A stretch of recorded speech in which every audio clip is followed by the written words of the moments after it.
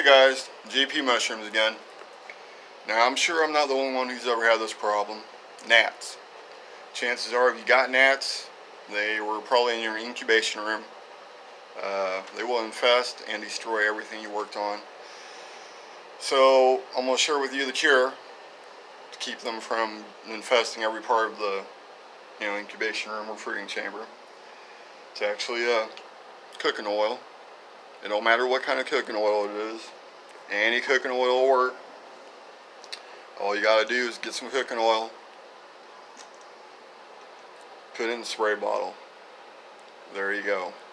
I just put some fresh bags in my little incubation room, and I gotta give them a squirt. That's part of the protocol. We put bags in here. You gotta spray them down.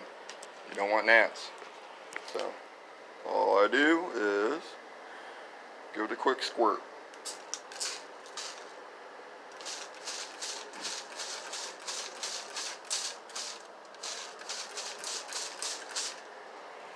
There we go, done.